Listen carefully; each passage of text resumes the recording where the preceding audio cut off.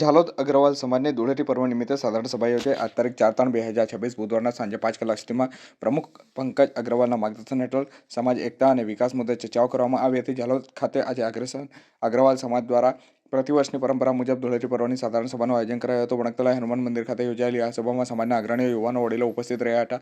સમગ્ર કાર્યક્રમ એકતા, સંસ્કાર અને સામાજિક જવાબદારીનો માહોલ જોવા મળ્યો હતો. સભાની શરૂઆત સમાજના પ્રમુખ પંકજભાઈ અગ્રવાલના માર્ગદર્શન હેઠળ કરવામાં આવી હતી.